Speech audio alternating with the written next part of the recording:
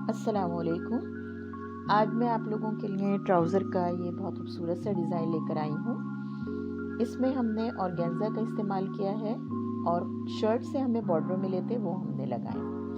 अब हमने ये 1.5 इंच की 2 पट्टियाँ डिफरेंट कलर की लेके, जो हमारी शर्ट में कलर्स थे उनमें से 2 डिफरेंट कलर लेकर हमने 1.5 इंच की ये पट्टियाँ ले ली और एक साइड से इनको ज्वाइन कर लिया है।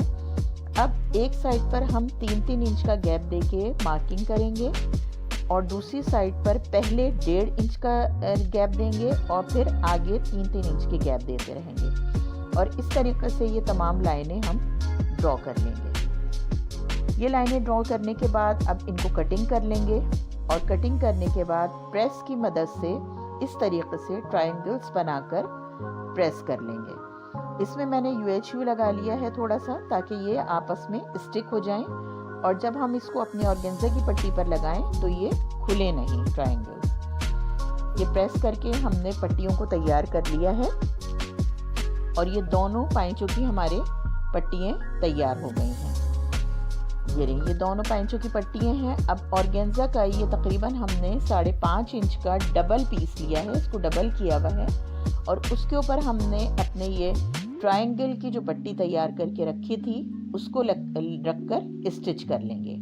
जिस तरफ वाइट साइड से स्टिच करना है तो वाइट धागा लगाएंगे, ब्लू साइड से स्टिच करना है तो ब्लू धागा लगा के पूरी पट्टी हमने ऑर्गेन्जा की पट्टी के ऊपर स्टिच कर ली है। अब ये हमारा शर्ट में से बॉर्डर मिला था हमें, उस शर्ट के बॉर्डर को हमने तकरीबन 2.5 इंच का तैयार करके प्रेस बुकरम लगा के रख लिया है।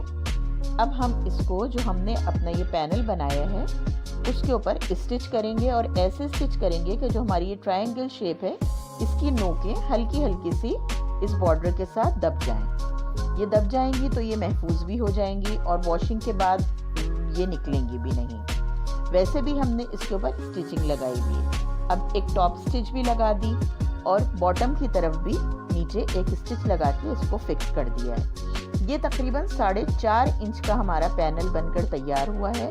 उसी हिसाब से हमने अपने ट्राउज़र को 4.5 इंच छोटा रखा था। अब ये पैनल हम अपने ट्राउज़र के ऊपर फ्रंट साइड पर करके लगा रहे हैं। ये दोनों सिलाइयाँ फ्रंट पर आई हैं।